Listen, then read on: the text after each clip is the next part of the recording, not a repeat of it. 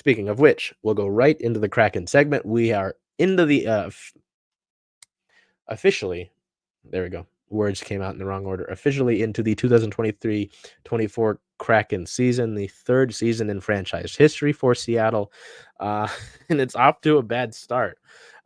Seattle has lost all three of its season openers now. Two of them being to Vegas, which is a little annoying. Always won when the 2 years prior, they won the second game in both years. That wasn't the case in this one. So, opening night against Vegas, it was their banner night. We didn't get an actual puck drop until about, I think it was 8:15 or so, because the game before it on ESPN, it was Chicago and Boston ended up running late. Um, and and then there was Vegas, the banner raising. Their banner came out of a slot machine, a big slot machine that showed all Stanley Cups. There was all the festivities. It was Vegas, of course it was. Vegas looked like a talented team. They looked like a team that didn't lose many players, which they haven't, and they look like a group that's been together. There's still a good functioning roster. Vegas has not started to die off yet. They're still very much a contender. A good amount of people have them going back to back this season. And they showed a little bit of why. A lot of mistakes in this game for the Kraken.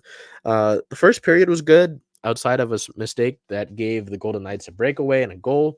Some good shot volume from the Kraken, some good generation, and it just kind of deteriorated along the way. Two goals in the second period. Two goals, and then the empty net goal give us our final score here. Just frustrating. Jared McCann does get the first goal of the year for Seattle, coming off of his 40-goal performance last season. McCann is our player of the game for that game. 1 goal, 1.5 shots. McCann becomes the third player in NHL history and the first in 100 years to record a goal in each of the franchise's first 3 season opening games. So more history for Canner there. Just a tough game. Just a tough game. Some good things again from Seattle. They did look a little bit sloppy, but it's night one. It's a good Vegas team. No reason to really overreact. Then night two, October 12th at the Nashville Predators, a 0-3 loss. Seattle gets shut out. Similar to the game in Vegas, the first period is good, chance generation wise, but the quality of the shots kind of goes down in the next 2 periods. Plus the fact that you're facing goaltender UC Saros for the Predators, who is an excellent goaltender, one of the top 10 in all of the NHL. You could argue top 5. Seattle just unable to come up with any answers to beat them. They're not able to get the greasy goal. A lot of their shots were in tight against Saros, which is where you want to get those shots against him so that you can come in and get a rebound potentially and, get one past him. They were unable to do that. The power play continued to struggle. The Kraken power play continued to struggle in Vegas and struggle here in Nashville. And when we get to the Blues game, we'll talk about that.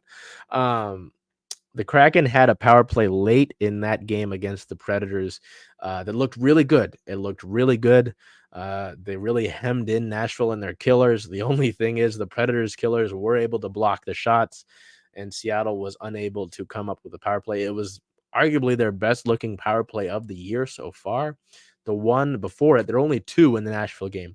The one before it was ugly. In the second period, Nashville dominated the puck in that one. They got multiple clears. They also got a shorthanded goal, and that shorthanded goal kind of became the unraveling. And I talked about it in our instant reaction on the Circling Seattle Sports YouTube account. After that shorthanded goal, the team kind of crumbled like a Nature Valley bar. It was not the greatest, resolve after that shorthanded goal.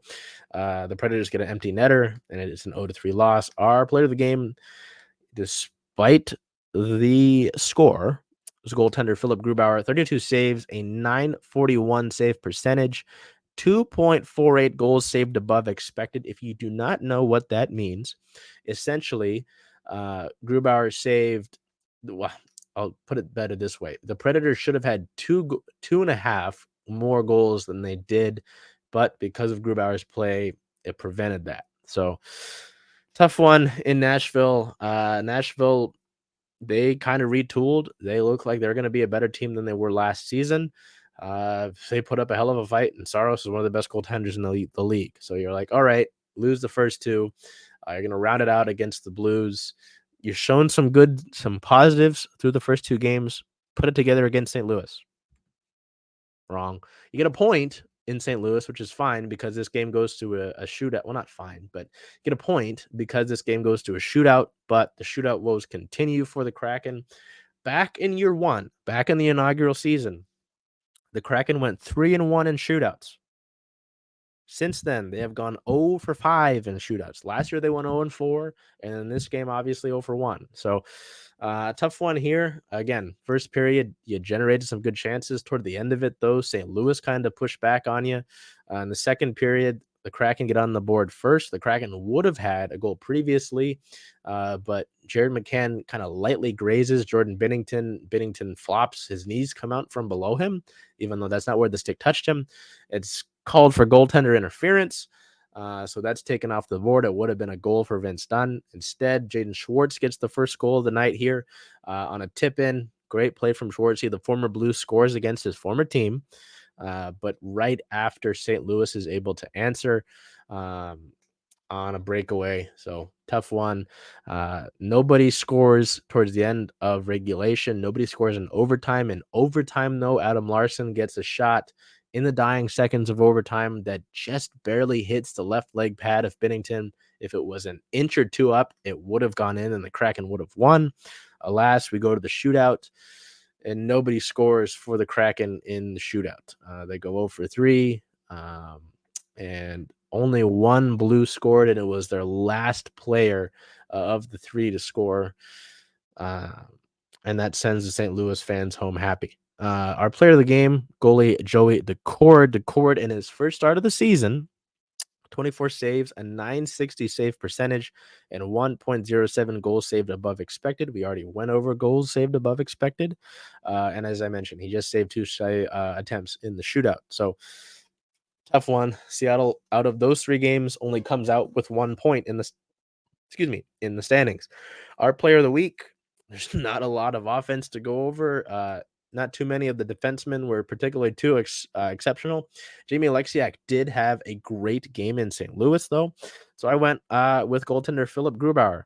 Over the first two games, he's made 61 saves in total, a 918 save percentage, 3.1 goals saved above expected, which is good for fifth best in the NHL right now, and a 0.52 WAR wins above replacement. If you don't know what wins above replacement, yes, baseball friends, it is the same thing. If you don't know what WAR is, it's essentially if you took a league average player and you compared it to what the current player that we're talking about is, how much that player we're talking about is better in terms of value than the league average player. I hope that makes some sense. That sounded a little bit jumbled when I think about it now. But I mean, Gruby's been great. Gruby's been excellent. He was the reason that they were in the game against Nashville. He kept them in that game more than they should have been against the Golden Knights. There's one goal that, you could argue that Gruby probably should have had in that Vegas game. But outside of it, he's kind of been left out to dry on a lot of these breakaways.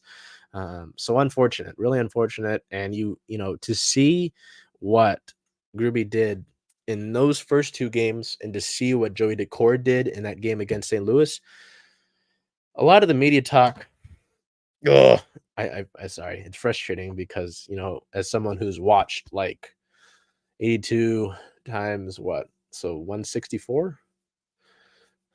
Yeah. To watch all of those first 2 years games, it's a lot of the goaltender criticisms weren't really fair. I'll admit it. In year one, Philip Grubauer wasn't coming off of a Vezina season, could have been a lot better than he was. The first half of last year, struggled a bit getting out of there, dealt with an injury, and then the second half he looked excellent, and then in the playoffs he was their best player. To come out and start the year like this is excellent. If Dave Hackstall and the coaching staff and Gruby are able to keep him, healthy, knock on the woods, um, and manage the workload properly, mix Joey in there appropriately, don't burn Grubauer out, you have no problems at the goaltender position. The question I would ask is Joey Daccord able to give you enough to play out as a full tandem and not have to bring up, say, Chris Drieger from the AHL? That's kind of left to be seen, but, well, I'd give Joey the benefit of the doubt right now. So a tough one. People are asking, should you be concerned, or they're saying that they're concerned with the offensive production right now. Only 2 goals through 3 games. I understand that. I can get that. Seattle, the best scoring team in 5 play last season in all the NHL, struggled really bad on the power play last season. Their 1 goal against St. Louis was a power play goal. So there's that. They were 1 for 1 on the power play. Um, and in the 3 years now, 2 years and 3 games that the Kraken have existed, their power play has largely been horrible.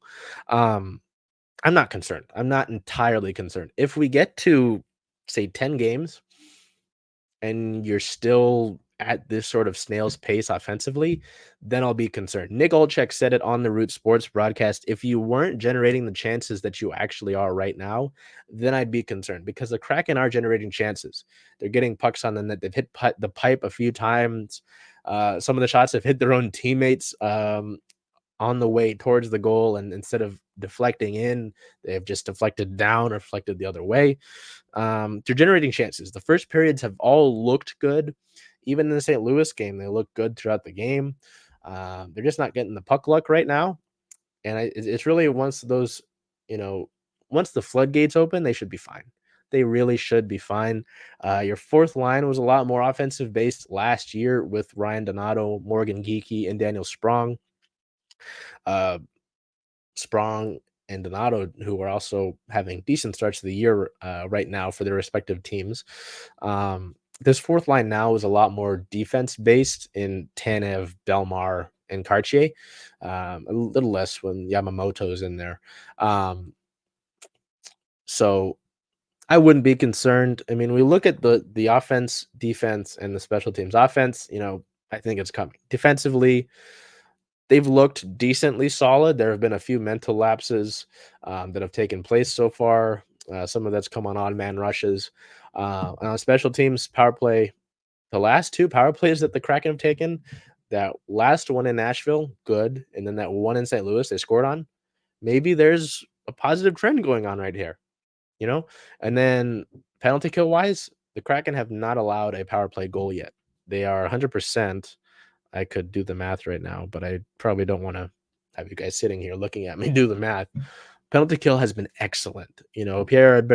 Pierre-Edouard Bellemare, Jamie Alexiak have all, and Adam Larson have done a great job on the penalty kill so far.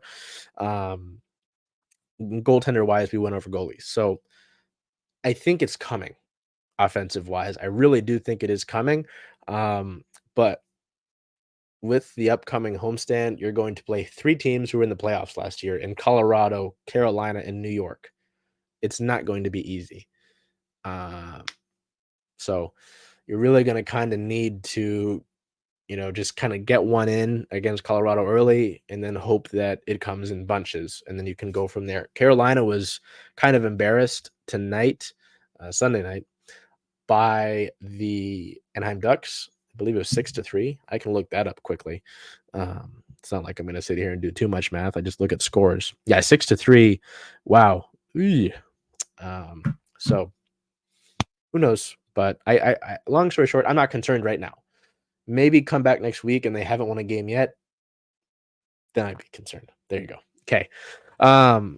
We have injury news, unfortunately. In the season opener, for Brandon Tanev sustained an upper body injury. It's undisclosed currently. The team hasn't put a label: upper body, lower body, head. Well, they wouldn't say head because the NHL is upper body or lower body. Suffered an what we're going to call an upper body injury, as he took a blindside hit to his head and neck area. He has not been able to come out for the morning skates. He has not been out for pregame skate. So he's not been available, or there's no real update over the course of the past games. Dave Haxel hasn't said anything. The team has not put an injury designation on Tanev.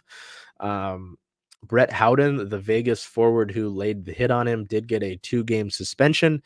Um, so there was that. But yeah, Tanev took that blindside hit.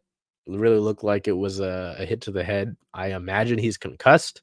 The team hasn't made a corresponding move to bring a forward up from Coachella Valley yet. So I imagine he should be back sooner rather than later. Maybe during this homestand. We'll see. We might learn about that more from practice today, Monday. So again, follow us on the social medias. That would more than likely be on Twitter when we get that out more instantly, to get that sort of news in real time as that's playing out. So looking ahead, the Kraken sit at a 0-win, 2-loss, 1 overtime loss record. They are sitting at 6 in the Pacific Division with 1 standing point through 3 games. Yes, I know it's hard, Kraken fans. It'll be all right. Looking ahead, their next game is October 17th, Tuesday, versus the Colorado Avalanche. It is a rematch of the first round of the Stanley Cup playoffs, a highly contested playoff round, obviously going 7 games, and the Kraken winning that ever stressful game 7 in Colorado. This is 7 p.m. puck drop. That game is on ESPN. We don't have our root friends for that game, unfortunately. It's on ESPN. Then game two of the homestand on Thursday, October 19th versus those Carolina Hurricanes that I just mentioned that lost to the Ducks tonight.